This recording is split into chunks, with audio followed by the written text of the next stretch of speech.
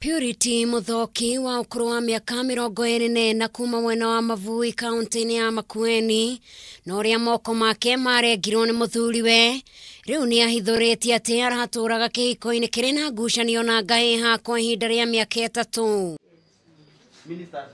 Kuringana na muthoki thia akoretwo akiaraniria na muthuriwe niguo macoke kihiko-ini kiao akiuga ati niwe utumaga agerere maundu ta maya. Babangu alikuja kaniambia bwana mwenye alikuwa amenioa ananiita tuongee.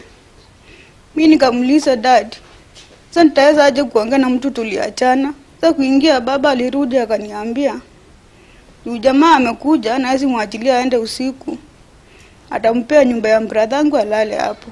Mwikuirwo Boniface Mutua erekanite ati muthe wa juma mathaini ma thaa 2 cia utuku ni akinyirie kwa muthoki mucii na thutha ucio makiananiria na ithe niguo acoke kwao nduria we atetikirire ta uria aratariria. Babangu alitoka na akaenda, sijui alienda wapi. Jamaa aliingia kwa nyumba na akachukua kufuli akafunga mlango na akapitia huku juu akuja kwa kitanda. Sasa hapo ndipo alianza pita. Nilimwambia acha tuongee tuelewane. Akaniambia alikuwa amekuja kunimaliza ama yeye amalizo. Na akaanza kunikatakata.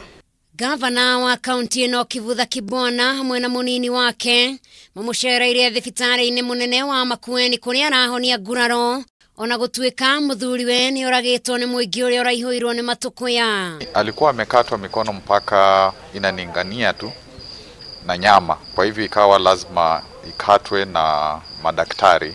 Kwa hivyo hiki ni kitendo kibaya sana kwa sababu ikiwa mwanaume asikilizani tena na bibi yake ama bibi na mwanaume, ni vizuri kuachana roho safi, lakini sio mmoja atendee mwenzake kitendo cha unyama.